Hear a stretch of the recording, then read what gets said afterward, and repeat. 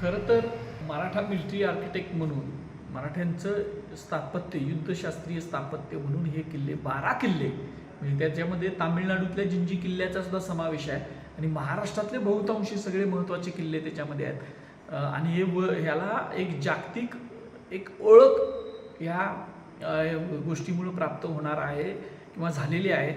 त्यामुळं खरं तर आपण ज्यांनी हे सगळे प्रयत्न केले त्या सगळ्या संबंधितांचं अभिनंदन केलं पाहिजे. महाराष्ट्र शासन असेल, केंद्र शासन असेल, त्यांचे अधिकारी असतील.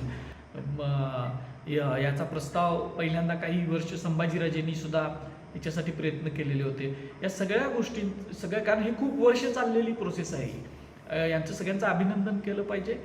आणि आत्ता खऱ्या अर्थानं हे जे दुर्ग आहे, हे जे काय आपलं सगळं लष्करी स्थापत्य आहे की ज्याला आपण वर्ल्ड रेकग्नायझेशन मिळालं आहे, ते योग्य पद्धतीनं जतन संवर्धन झालं पाहिजे. त्याच्यावर जी अतिक्रमणं झालेली आहेत, यातल्या बहुतांशी अनेक किल्ल्यांवर अतिक्रमणं आहेत, आजसुद्धा आहेत, ती काढली पाहिजेत. आणि या किल्ल्यांचं पुरातत्वीय शास्त्राच्या निकषावर आपण जतन संवर्धन केलं पाहिजे.